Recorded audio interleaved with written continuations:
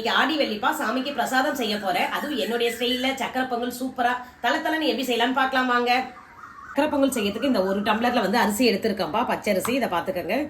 அதுக்கு வந்து பார்த்தீங்கன்னா இந்த உள்ளங்கை அளவுக்கு ஒரு கை அளவு, அதான் இந்த டம்ளர்ல வந்து 1/4 டம்ளர் வந்து சிறுபருப்பு போடணும். சிறுபருப்பு போட்டு நான் வறுத்துக்கிறேன்.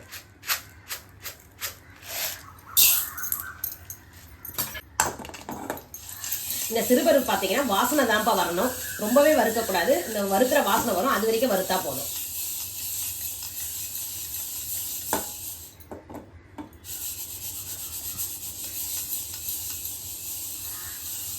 சிறுபருப்பு இப்போ நல்லா வாசனை வந்துடுச்சு. இந்த நேரத்தில் ஸ்டவ் ஆஃப் பண்ணிட்டு இந்த பாத்திரத்தில் மாற்றிக்கிறாங்க. இப்போ அரிசியும் அதிலே போட்டுக்கலாம்ப்பா.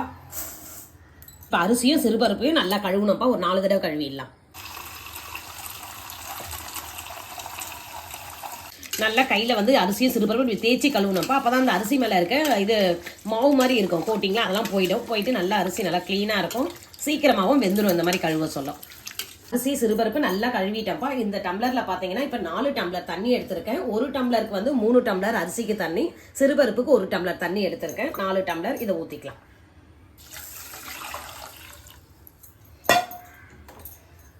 ஸ்டவ்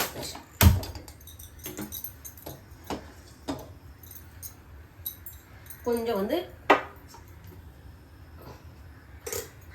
நம்ம இனிப்பை வந்து தூக்கலாக கொடுக்கறதுக்காக கொஞ்சம் உப்பு போட்டுக்கலாம். இப்போ இது நல்லா கொதிக்கணும், கொதிச்சு குழஞ்சி வேகணும், அது வரைக்கும் டைம் கொடுக்கணும். இப்போ பார்த்தீங்கன்னா அரிசியும் பருப்பு நல்லா வெந்து பார்த்தீங்களா, தண்ணி இழுத்துக்குது பார்த்தீங்களா, குழஞ்சி வந்திருக்கு. இந்த நேரத்தில் வந்து வெள்ளத்தை கரைச்சி ஊற்றிக்கலாம்ப்பா. இதை பார்த்தீங்கன்னா 1 டம்ளர் தண்ணி வச்சிருக்கேன் வெள்ளத்துக்கு. இப்போ நாட்டு சக்கரை தான் நான் எடுத்திருக்கேன். நாட்டு சக்கரை 1.5 கப் ஆட் பண்ணிக்கலாம். இப்போ 1 கப் போட்டுட்டேன். இன்னும் ஒரு 1/2 கப் போட்டுக்கலாம். போட்டு இது நல்லா கலக்கி இந்த தண்ணி கொதிச்சா போதும்பா, வடிகட்டி ஊற்றிக்க வேண்டியதுதான். இதில் வந்து ஒரு 4 ஏலக்காய் தட்டி வச்சிருக்கேன், அதையும் போட்டுக்கிறேன்.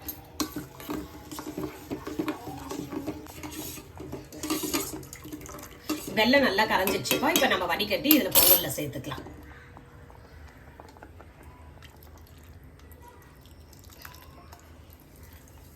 பார்த்தீங்களா அடியில் பார்த்தீங்களா, அது கல்லாம் மண்ணான்னு தெரியல, ஆனால் கரையவே இல்லை அது. அதனால தான் இப்படி வடிகட்டி செஞ்சுட்டா ரொம்ப நல்லா இருக்கும். சாப்பிட சொல்ல கல் எதனா இருந்தால் நம்ம வாயில் அகப்படாமல் இருக்கும், அதுக்காக தான் வடிகட்டிக்கிறது. இப்போ கரைக்கலாம்.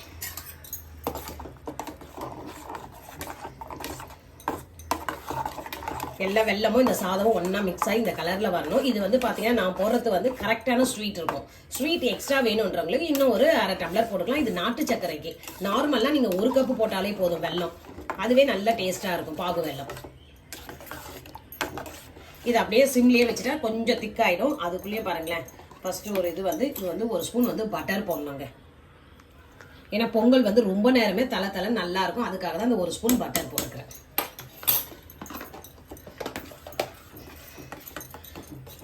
இது போட்டு பட்டர் இதுவாகட்டும். இந்த பக்கம் நம்ம முந்திரி பருப்பு வறுத்து போட்டுக்கலாம் நெய்யில். நம்ம வெல்லம் ஊற்றினோடனே பார்த்தீங்களாப்பா, சக்கரை பொங்கல் நல்லா வெல்லமும் அந்த சக்கரை பொங்கல் எல்லாம் மிக்ஸ் ஆகி பார்த்தீங்களா சூப்பராக வந்திருக்கு. இந்த நேரத்தில் நம்ம முந்திரியை வறுத்து போட்டுக்கலாம் நெய்யில். அதுக்கு கடாய் வச்சுட்டேன்ப்பா, காஞ்சிட்டு இருக்கு. நெய் ஊற்றிக்கலாம்.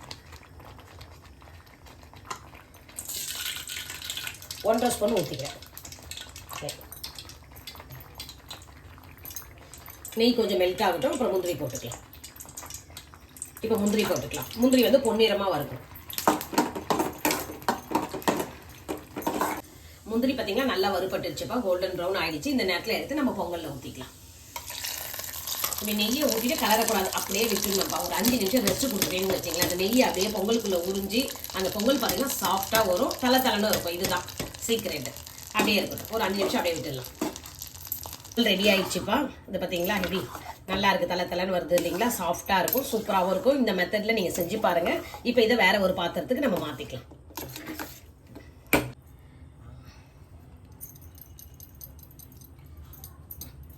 இப்போ நாட்டு சக்கரை போட்டு செஞ்ச சக்கரை பொங்கல் சூப்பராக ரெடி ஆயிடுச்சு. இப்போ நம்ம சாமிக்கு அதை பிரசாதமாக எடுத்து வச்சுக்கலாம் கிண்ணத்தில். வெள்ளிக்கிழமைனாலே ஸ்பெஷல் இந்த மாதிரிமா சக்கரை பொங்கல் தான்ப்பா செய்யணும், நல்ல நாள் அதுவும். அதனால தான் இன்னைக்கு அந்த செஞ்சிருக்கேன் நான் சக்கரை பொங்கல்.